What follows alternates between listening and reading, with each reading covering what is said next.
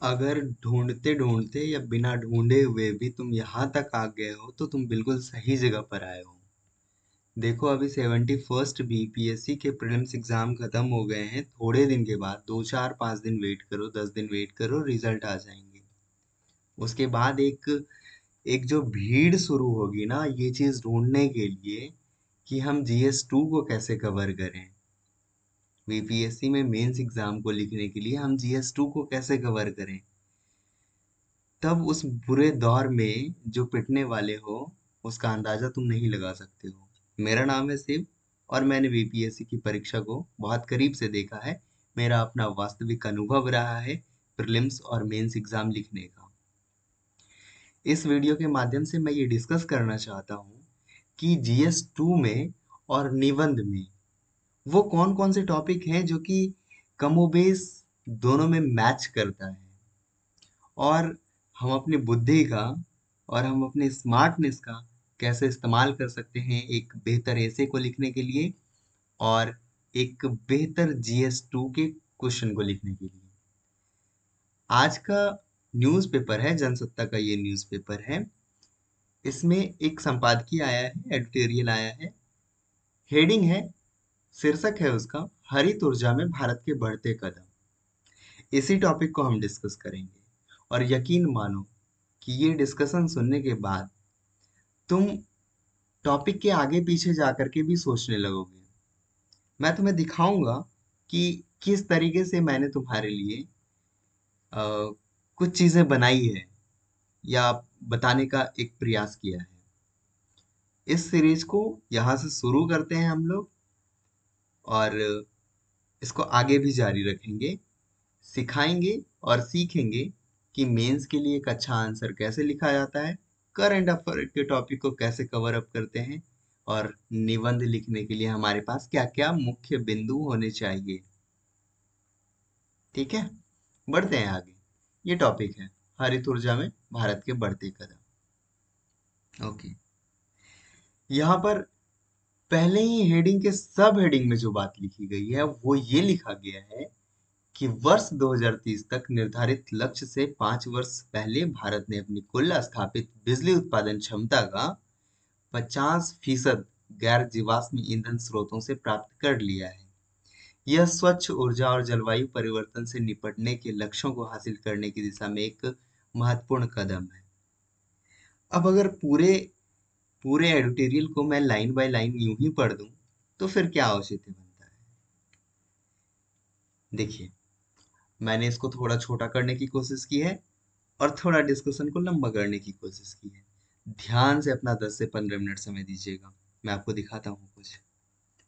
यहाँ पर मैंने सिनॉप्सिस बना दिया है कि ग्रीन एनर्जी को प्राप्त करना है हम लोगों को, ग्रीन एनर्जी की तरफ बढ़ना है हम लोगों को। तो हम लोगों ने एक एम लिया, एक लक्ष्य लिया, 2030 का लक्ष्य लिया था। और हमने बात की थी उस लक्ष्य में कि जो हम लोग बिजली का उत्पादन करते हैं वो सबसे पहला क्वेश्चन तो यही बनता है कि बिजली के उत्पादन में किन किन स्रोतों का इस्तेमाल किया जाता है। कोयला, इससे थर्मल पावर बनता है ना। आप एनटीपीसी का नाम सुने हैं ना। वहां पर क्या होता है, इस पूरे प्रोसेस को देखिएगा, पता ही होगा। कोयला से बिजली का उत्पादन किया जाता है, जल विद्युत उत्पादन होता है, पवन ऊर्जा होता है, सौर ऊर्जा होता है, लकड़ी से भी, पेट्रोलियम से भी, इससे भी होता है बिजली का उत्पादन, विद्युत का उत्पादन, ऊर्जा का उत्पादन। अब ये गैर जीवाश्म नामक बला क्या है। गैर जीवाश्म मतलब नॉन फॉसिल फ्यूल। अब ये तो इसकी अंग्रेजी हो गई। गैर जीवाश्म का बेसिक सा ये मतलब होता है कि ईंधन के वो स्रोत या विद्युत के वो स्रोत, क्योंकि यहाँ पे विद्युत की बात हो रही है स्पेसिफिक, इसलिए हम लोग विद्युत के बारे में ही बात करेंगे। तो विद्युत ऊर्जा उत्पादन के वो स्रोत जिसका ओरिजिन कहीं ना कहीं जीवों से नहीं होता है। जो जिसका ओरिजिन, जिसकी उत्पत्ति जीव से होती है, वो तो जीवाश्म ईंधन हो गए, लिविंग ऑर्गेनिज्म। जैसे पेट्रोलियम कैसे होता है, हम लोग पढ़ते हैं ना प्रोसेस, कि समंदर के नीचे बहुत सारे जीव जंतु दब गए और बहुत दाब और बहुत ताप के कारण धीरे धीरे धीरे धीरे वो पेट्रोलियम में बदल गए। और कोयला का प्रोसेस क्या है कि कभी भूकंप आया, जो पेड़ ऊपर थे वो जमीन के नीचे धंस गए, बहुत ज्यादा ताप और बहुत दाब के कारण धीरे धीरे ये कोयला में परिणत हो गए। तो कोयला और पेट्रोलियम ये जीवाश्म ईंधन के स्रोत हैं। हमारा एम क्या है, 2030 तक 50% विद्युत को हम लोग गैर जीवाश्म से प्राप्त करेंगे, नॉन फॉसिल फ्यूल से प्राप्त करेंगे। लेकिन मजे की बात यह है कि हमने 2025 तक ही ये कारनामा कर दिखाया। अब ये कारनामा हुआ कैसे और हुआ, तो जरा इसे अपनी नज्म से महकाना जरा देखो। हमारा जो विद्युत उत्पादन है अभी के डेट में, वो 485 गीगावाट है। और इसमें से हम लोगों ने 243 गीगावाट पार कर लिया है गैर जीवाश्म ईंधन से 2025 तक। मजे की बात तो ये। लेकिन एक बात गौर करेंगे आप कि हम लोग ग्रीन एनर्जी की तरफ बढ़ ही क्यों रहे हैं? क्या जरूरत है कि हम लोग नॉन फॉसिल फ्यूल की तरफ बढ़ रहे हैं? क्या हमारे पास कोयला की कमी है, पेट्रोलियम की कमी है? 10वीं कक्षा में संसाधन का बेसिक सा कॉन्सेप्ट पढ़े होंगे कि संसाधन जो हमें मिला है, प्रकृति प्रदत्त जो उपहार हमें प्राप्त हुए हैं, वो उपहार हमारे लिए क्या है? हमारे लिए हमारी संपत्ति नहीं है, बल्कि एक कर्ज है। वो हमें अपनी भावी पीढ़ी को लौटाना है, और उन्हें भी अपनी भावी पीढ़ी को लौटाना है। सतत और समावेशी विकास, कहीं ना कहीं ऐसी ही कुछ अवधारणा है एसडीजी गोल। अच्छा ठीक है, वहां तक लिंक नहीं करते हैं अभी, मोटा मोटी धीरे धीरे आगे बढ़ते हैं। तो हमें संसाधन को संरक्षित भी करना है, उसका अंधाधुंध उपयोग नहीं करना है। तो जीवाश्म ईंधन तो कहीं ना कहीं समाप्य संसाधन है, ये धीरे धीरे खत्म हो जाएंगे। अगर इसका हम लोग अविवेकपूर्ण दोहन करने लगे तो ये धीरे धीरे खत्म ही हो जाएंगे ना। अब हो जाएंगे तो हो जाने दो। इसके अलावा भी तो और भी सारे स्रोत हैं, अभी तो आपने नाम बताया इतना सारा कि सौर ऊर्जा है, विद्युत ऊर्जा है, सौर ऊर्जा है, पवन ऊर्जा है, जो है जल विद्युत ऊर्जा है, भूतापी ऊर्जा है, परमाणु ऊर्जा है। इतनी सारी ऊर्जा के स्रोत तो हैं, ये दोनों खत्म भी हो जाए तो क्या होगा? भैया दिक्कत ये नहीं है कि ये दोनों खत्म हो जाए, जीवाश्म ईंधन खत्म हो ही जाए उपयोग करके, तो क्या दिक्कत है? दिक्कत ये है कि इन स्रोतों से जो हम लोग एनर्जी निकालते हैं, ये प्रदूषक होते हैं। ये वातावरण में प्रदूषण पैदा करते हैं। और होता क्या है इस प्रदूषण से? तो आपके सांस की बीमारियां होती हैं, आपके फेफड़े खराब हो जाते हैं, ग्रीन हाउस गैस वातावरण में बढ़ जाता है, गर्मी बढ़ने लगती है, ग्लेशियर पिघलने लगते हैं, छोटे छोटे द्वीपीय देश खत्म हो जाते हैं। समझ रहे हैं, जलवायु परिवर्तन की बात हो रही है। जलवायु परिवर्तन एक धीमी धीमी धीमी प्रक्रिया है, वो निरंतर निरंतर चलते रहती है। अब इस जलवायु परिवर्तन के कारण मानव जीवन संकट में पड़ गया है। जब हमारा जीवन ही संकट में पड़ जाएगा तो क्या करेंगे हम? कोई तो अल्टरनेट खोजना होगा ना उपाय। उससे अच्छा है कि चलो अवेयर हो जाएं, थोड़ा बचते हैं इन सब चीजों से। अच्छा, जलवायु परिवर्तन क्या है? तो बहुत लंबे टाइम तक देखेंगे, अगर कुछ 20-30 साल, 40 साल को ले लें, और देखेंगे कि उस समय और इस समय में क्या कुछ मेजर चेंजेस रहे हैं। ठीक है, जैसे कि वर्षा की मात्रा कैसी हो गई है, हवा की दिशा, या फिर हवा, गर्मी कैसा हो गया है, ठंड कैसी हो गई है। कहीं ना कहीं यही सब तो चीजें हैं। अभी आप देखेंगे कि राजस्थान में भी बारिश हो जा रही है। आप देखेंगे कहीं कहीं के पे बादल फट जा रहे हैं। तो ऐसी ऐसी ऐसी घटनाएं हो रही हैं जो जो ऐसे उदाहरण पेश करती है कि मानव जीवन तो मानव संकट में ही पड़ गया है। तो ये है जलवायु परिवर्तन। जलवायु परिवर्तन का असर बहुत बहुत बुरा होता है और बहुत तबाही करने वाला होता है। ये मंजर तो देखते ही हैं। क्योंकि जब जलवायु परिवर्तन हो रहा है, गर्मी बढ़ रही है, ग्लेशियर पिघल रहे हैं, जलीय जीव और मानव और पेड़ पौधे वनस्पति ये सब खतरे में हैं। तो आखिर इसके लिए हम लोगों को अवेयर तो होना पड़ेगा ना। तो इसी अवेयरनेस के लिए बहुत सारे स्टेप लिए गए। कुछ स्टेप इंटरनेशनल लेवल पर लिया गया और कुछ स्टेप राष्ट्रीय स्तर पर लिया गया, नेशनल लेवल पर लिया गया। अभी अभी यहाँ पर हम रुकते हैं और हम आपको कुछ और मजेदार चीज दिखाते हैं। अगर यहाँ तक छोड़ देंगे तो फिर मजा नहीं आएगा।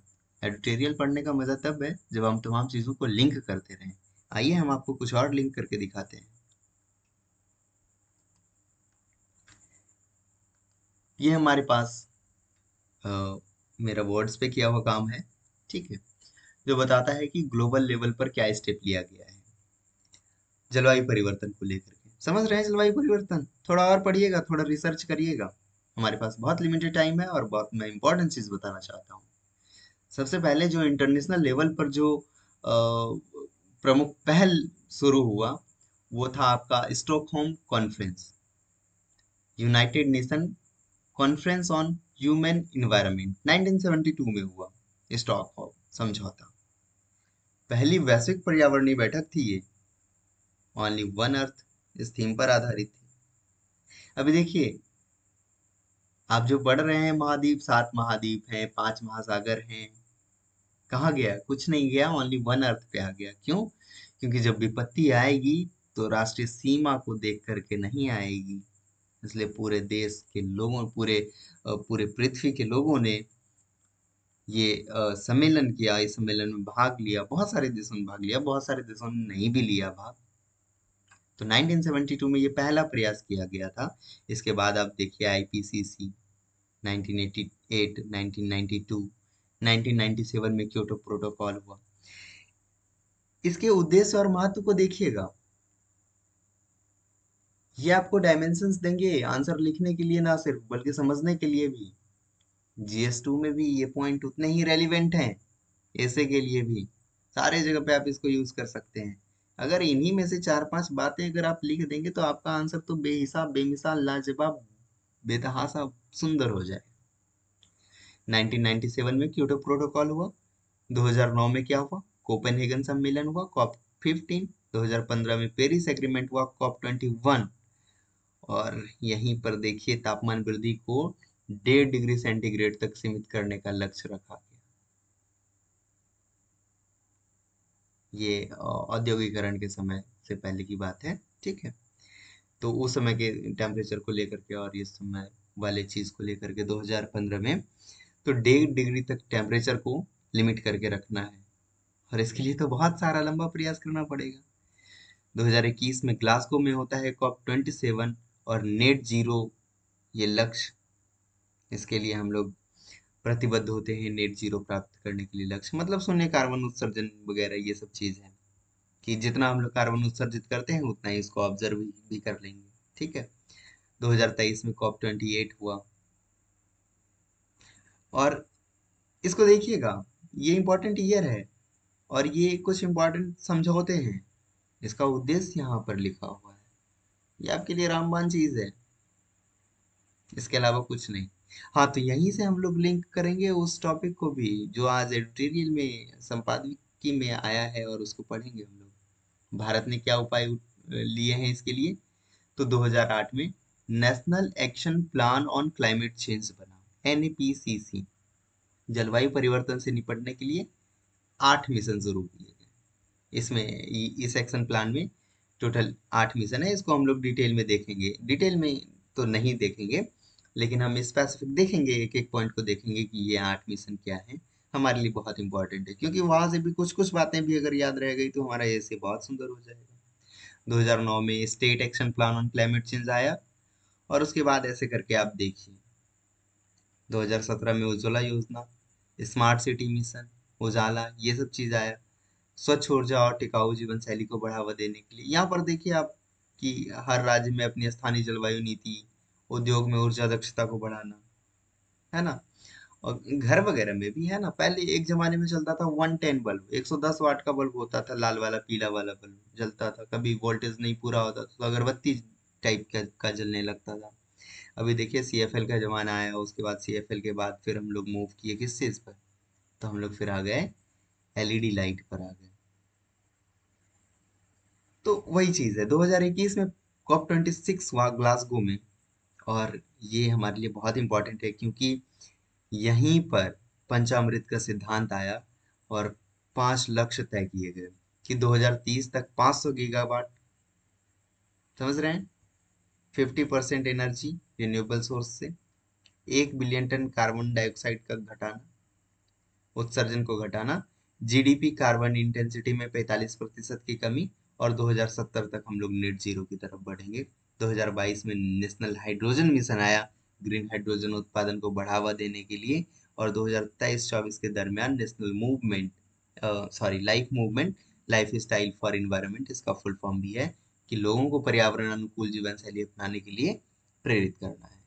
अब जो यहाँ पर हम लोग देखे थे कि भारत ने क्या स्टेप लिए हैं जलवायु परिवर्तन को लेकर के, तो NAPCC,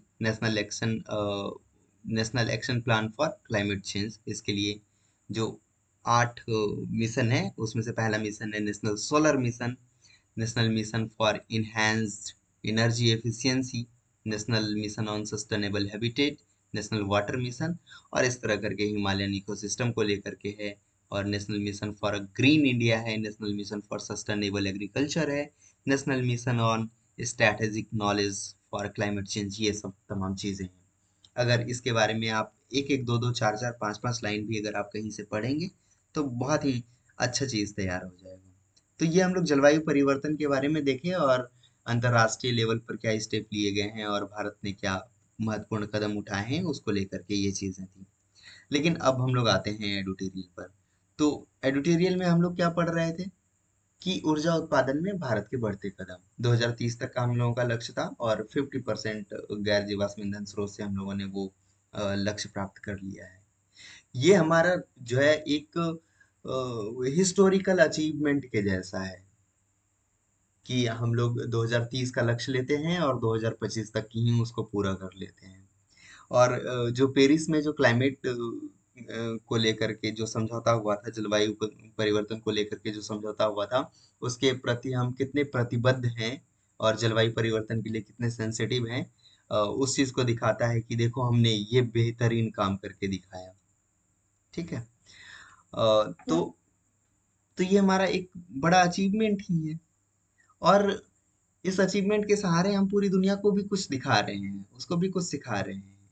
क्या सिखा रहे हैं कि आर्थिक प्रगति और पारिस्थितिकी स्थिरता एक साथ संभव है। ये कितनी बेहतरीन लाइन यहाँ पर लिखी गई है कि भारत अ, कितने नंबर की अर्थव्यवस्था है दुनिया की सबसे बड़ी।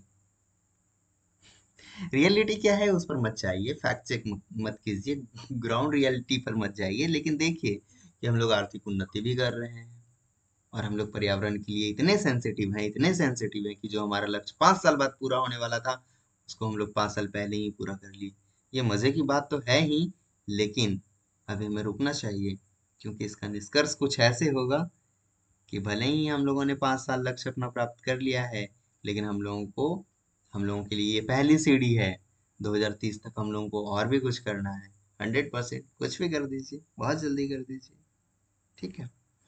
तो इसको लेकर के ये पूरा का पूरा हमारा टॉपिक है कि हम लोगों ने इतना बड़ा अचीवमेंट हासिल कर लिया। हाँ, इसमें बहुत महत्वपूर्ण फैक्ट्स और फिगर दिए गए हैं। ये चीज मैं शेयर कर दूंगा टेलीग्राम पर, इसको देखिएगा। मुझे जो बेसिकली जो बताना है ना वो ये डेटा बताना है। इस डेटा की ओर हम आपका ध्यान आकर्षित करना चाहेंगे कि वर्ष 2015 में भारत ने 2022 तक 175 गीगावाट नवीकरणीय ऊर्जा क्षमता स्थापित करने का एक ऐतिहासिक लक्ष्य निर्धारित किया किया। अब देखिए 2015 में हम लोगों ने कुछ एम डिसाइड किया कि 2022 तक हम लोगों को 175 गीगावाट रिन्यूएबल एनर्जी की ओर बढ़ना है। और ये बहुत बड़ा लक्ष्य था, समझ लीजिए। अब इसमें से तो नवीकरणीय ऊर्जा स्रोत में तो बहुत सारी चीजें आ जाएंगी ना, पवन ऊर्जा, सौर ऊर्जा, ये तमाम चीजें। अच्छा, सौर ऊर्जा को लेकर के अभी बहुत अच्छा अच्छा इनिशिएटिव किया गया है। आप देखिएगा तो एक फ्रांस की मदद से हम लोगों ने इंटरनेशनल सोलर अलायंस भी बनाया हुआ है। आप पवन ऊर्जा के बारे में भी स्पेसिफिक पढ़िएगा, किस स्टेट में संभावना है और कैसे संभावना है, कितना उत्पादन करता है। ठीक है, तो 2015 में हम लोगों ने एम अपना लक्ष्य लिया कि 2022 तक हमें 175 गीगावाट ये नवीकरणीय ऊर्जा क्षमता स्थापित करना है, जिसमें से 100 गीगावाट है सौर ऊर्जा से, 60 गीगावाट पवन ऊर्जा से, 10 गीगावाट बायोमास से और 5 गीगावाट छोटी जल विद्युत परियोजनाओं से इसमें शामिल था। तो ये इम्पोर्टेंट फैक्ट्स है। अगर इसको आप एक सर्कल बना करके, एक गोल घेरा बना करके अगर इस चीज को बहुत अच्छे से क्लियरली पॉइंट दिखा सकते हैं, तो ये बहुत खूबसूरत हो जाएगा कि हम लोगों ने इतना इतना इतना इतना एम लिया था। ठीक है, और इसके अलावा इस पूरे एडिटोरियल को पढ़ेंगे तो और में बहुत बेहतरीन चीजें भी देखने के लिए मिलेंगी। चलिए हम बढ़ते हैं आगे। हम कहाँ बढ़ते हैं? हम इस जगह पर आते हैं फिर से। यहाँ तक हमने देख लिया जलवायु परिवर्तन क्या है, राष्ट्रीय स्तर पर अंतर्राष्ट्रीय स्तर पर क्या क्या चीजें हुई है। हाँ, अब परिवर्तन को लेकर के और ग्रीन एनर्जी की तरफ हम लोगों का जो ये बढ़ता हुआ कदम है, इसके रिगार्डिंग करंट अफेयर में एक बहुत महत्वपूर्ण स्कीम रही है कि वो पीएम सूर्यघर मुफ्त बिजली योजना है कि 1 करोड़ हाउस होल्ड पर 1 करोड़ घरों घरों में जो है एक क्षमता स्थापित करना है सौर ऊर्जा का। वो 300 यूनिट बिजली या तो आपको सस्ती दर पर मिल जाएगी या फिर फ्री में मिल जाएगी। तो ये एक बहुत बेहतरीन स्कीम है पीएम सूर्यघर मुफ्त बिजली योजना की।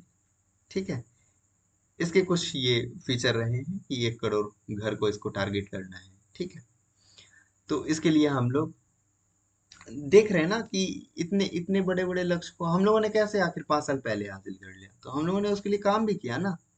कैसे हो गया हासिल? यूं ही तो बैठे बैठे तो हासिल नहीं हो गया ना, हम लोगों ने कुछ काम किया। और उस काम को करने के लिए हम लोगों ने बहुत सारे स्कीम्स को लाए, बहुत सारा लोगों को तो अवेयर कर ही रहे हैं, लोगों को अवेयर कर रहे हैं। साथ ही हम लोग बहुत सारे स्कीम्स ला रहे हैं जिसका लॉन्ग टर्म में बेनिफिट ज्यादा है। एक एक योजना के बारे में सुनेंगे, एक स्कीम के बारे में सुनेंगे, पीएम कुसुम योजना। ये क्या है? किसानों किसानों के लिए है, कृषि के कार्य के लिए है। अब कृषि कृषि जैसी गतिविधि में सोलर पंप का इस्तेमाल हो रहा है, उसके लिए सब्सिडी वगैरह देने का प्रावधान है। तो ये चीजें हैं कि पीएम कुसुम योजना है, पीएम सूर्यघर मुफ्त बिजली योजना है, और ऐसे बहुत सारी स्कीम्स हैं, बहुत सारे ऐसे ढेरों स्कीम्स हैं जो कि हमें हरित ऊर्जा की तरफ बढ़ाते हैं, ग्रीन एनर्जी की तरफ बढ़ाते हैं। ठीक है, अभी देखिए बहुत सारे जगह पे आप देखेंगे, वो एक बिहार में तो एक स्लोगन भी है, ऊपर बिजली नीचे मछली, ऐसे करके। तो फ्लोटिंग सोलर पावर प्लांट, ये सब भी चीज लगाया जा रहा है। अभी लखीसराय में एक बहुत बड़ा प्लांट बन रहा है, बांका में एक बहुत बड़ा प्लांट बन रहा है सौर ऊर्जा से रिलेटेड। अभी रिसेंटली मैं कहीं गया था तो वहां पर मैंने देखा था वो रेलवे स्टेशन पूरा का पूरा वो सोलर से संचालित हो रहा था। वो वहां पे बहुत सारे सोलर लगे हुए थे। तो ग्रीन एनर्जी की तरफ हम लोगों को बढ़ना है। क्यों बढ़ना है? क्योंकि जलवायु परिवर्तन हो रहा है। जलवायु परिवर्तन से क्या हो रहा है? मानव जीवन के अस्तित्व को खतरा हो रहा है, और हमें अपना जीवन बचाना है तो हमें कुछ बेहतरीन काम करना होगा, जलवायु परिवर्तन से निपटना होगा। और उसी जलवायु परिवर्तन से निपटने के लिए हम लोग चाह रहे हैं कि गैर जीवाश्म स्रोत पर हम लोग थोड़े निर्भर हो जाएं, जीवाश्म स्रोत पर निर्भर ना रहते हैं। क्योंकि कोयला जलेगा या अ, ऐसे पेड़ पौधे या लकड़ियां अगर जलेंगी तो उससे उत्सर्जन होगा, कार्बन उत्सर्जन होगा, ग्लोबल वार्मिंग होगी और बहुत सारी चीजें होंगी, बहुत सारी नई नई बीमारियां आएंगी। तो इनसे बचने के लिए हम लोग कुछ ऐसा प्रयास कर रहे हैं। मैं आपको शेयर कर दे रहा हूँ ये स्क्रीनशॉट, आप इसको पूरा पढ़िएगा। जितनी भी इम्पोर्टेंट चीजें थी, उसके आगे पीछे की चीजें थी, मैंने रिलेट करके बताया कि इन चीजों को कैसे तैयार कर सकते हैं, है ना। तो ये टॉपिक ऐसे के लिए भी उतना ही महत्वपूर्ण है जितना GS2 के लिए महत्वपूर्ण है। क्योंकि पर्यावरण अभी एक गंभीर मुद्दा बना हुआ है, और इस मुद्दे पर प्रश्न पूछना किसी भी परीक्षा में लाजमी होता है। ध्यान रखिएगा, ख्याल रखिएगा। Stay connected with me. मैं आपको और भी ऐसी बहुत सारी चीजें बताऊंगा, बकायदा मैं आपको आंसर लिख लिख करके बताऊंगा। ये तो हमारा एक सिर्फ समझें आपकी एक डेमो वीडियो है, जिसके माध्यम से मैं चाहता हूँ कि आप हमसे पहले कनेक्ट हुए। कोई चार्ज नहीं लिया जाएगा, कोई पैसे नहीं लिए जाएंगे, बस हम लोग मिल करके करते हैं। कुछ बेहतरीन करने का प्रयास है। सहयोग कीजिएगा, हम लोग सब लाभान्वित होंगे। बहुत बेहतरीन तरीके से हम लोग इसे एक अंजाम देंगे। हमारा टेलीग्राम चैनल का लिंक मैं डाल दे रहा हूँ, उसे ज्वाइन कीजिएगा। हम लोग वहाँ पर आंसर राइटिंग करेंगे। और मैं खुद देखूंगा मैं खुद देखूंगा एक मॉडल आंसर भी। और हम लोग कैसे कैसे क्या क्या चीज़ कर सकते हैं, अगर आप लिखने के इच्छुक हैं तो बताइएगा। तमाम चीज़ें हम लोग वहाँ पर करेंगे। अ, खुद से जांचेंगे, आप भी पढ़ेंगे, हम भी पढ़ेंगे, हम लोग सब मिल करके करेंगे। और ये एक बेहतरीन प्रयास हो सकता है आपके सहयोग से, हमारे सहयोग से। कहीं इधर उधर भटकने की जरूरत नहीं है। बहुत सारी चीजें हैं। बहुत मजेदार तरीके से अगर किसी चीज को शुरू करते हैं तो उसे अंत तक करने की प्रेरणा आपसे ही मिलती है। मिलते हैं फिर अगले वीडियो में। तब तक के लिए अपना ख्याल रखिए। जय हिंद।